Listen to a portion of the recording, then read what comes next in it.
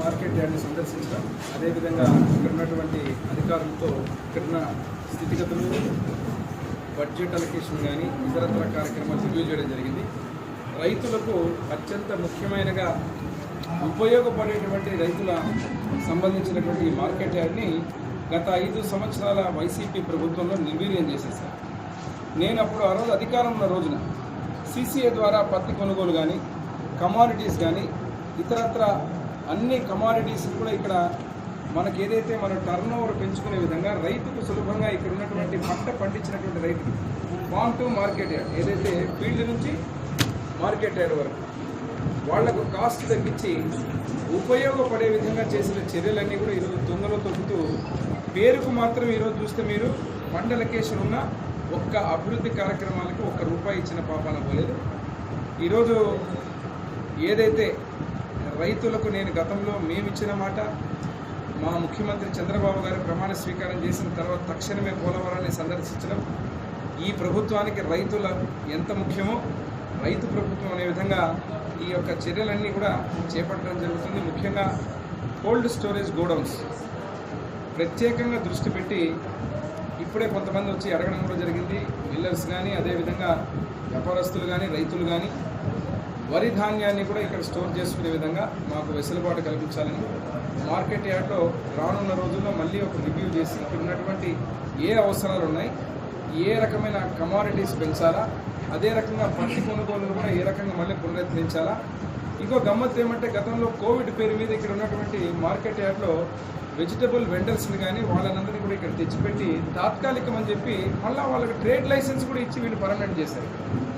తద్వారా ఏమైందంటే 23 ఎకరాలు ఉన్నటువంటి ఈ మార్కెట్ యార్డు రైతులకు ఇతరత్ర కార్యక్రమాలకు, వ్యవసాయ కార్యక్రమాలకు ఉపయోగపడాల్సినటువంటి ఈ యొక్క మార్కెట్ యార్డు ఆ స్థలాలు పెట్టడం వల్ల వీళ్ళు వచ్చి ఉండడం వల్ల కొన్ని ఇబ్బందులకు గురవుతున్నారని చెప్పడం జరిగింది, నా దృష్టి తేవడం జరిగింది.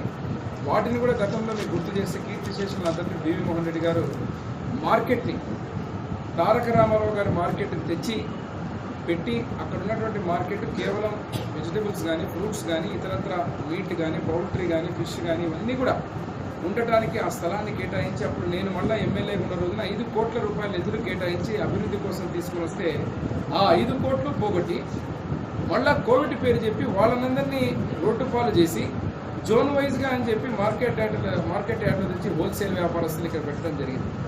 దీని మీద ఏ రకమైన చర్యలు తీసుకోవాలి, మళ్ళీ వీళ్ళని ఎక్కడికి పంపించాలి, వాళ్ళకి ఇబ్బంది కలగకుండా, మార్కెట్ యార్డ్కి మళ్ళీ వెసులుబాటు కల్పించే విధంగా, రైతులకు ఇబ్బంది కలగకుండా, ఇక్కడున్న మర్చెంట్స్కి కానీ, మిల్లర్స్కి కానీ ఎవరు కూడా ఇబ్బంది కలగకుండా ఏం చర్యలు తీసుకోవాలో చర్యలు తీసుకుని మళ్ళీ పాత పద్ధతిలో ఇక్కడ ఆదాయాన్ని మార్కెట్ యార్డ్కి పెంచి ఆ ఆదాయాల ద్వారా కూడా రైతులకు, ఇతరత్ర గ్రామాలకు గతంలో కన్వర్జెన్స్ కింద మార్కెట్ యార్డ్ సెస్ ఫండ్ కూడా అభివృద్ధికి లింక్ చేసి అభివృద్ధి చేసిన ఘనత తెలుగుదేశం ప్రభుత్వానికి.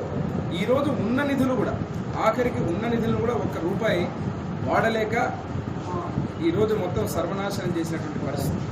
వీటిని మొత్తం రివ్యూ చేస్తున్నాం. ఇంకా బడ్జెట్లో కూడా నాకు క్లారిటీ రాలేదు. ఇప్పుడే చూశాను, దాదాపు ₹5 కోట్ల ఇక్కడ ప్రభుత్వం నుంచి వచ్చినటువంటి దాంట్లో చాలా మటుకు ఏదైతే సిఎఫ్ఎంఎస్ అంటున్నారు, అదే రకంగా శాలరీస్ అంటున్నారు, ఇతరత్ర మెయింటెనెన్స్ పోయింది అంటున్నారు.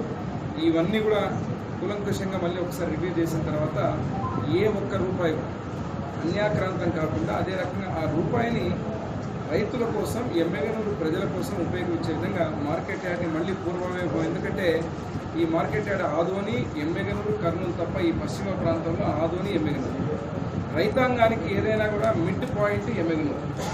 ట్రావెలింగ్ కానీ ఎక్కడన్నా ఉన్న పంటలు కానీ ఇక్కడ తెచ్చి ఈ మార్కెట్ యార్డ్లో మంచి ధరకు ఏదైతే రైతుకు లాభసాటిగా ఉండే విధంగా చేయడమే దృక్పథంగా ముందు పెట్టుకొని పోవడం జరుగుతుంది తెలియజేస్తుంది.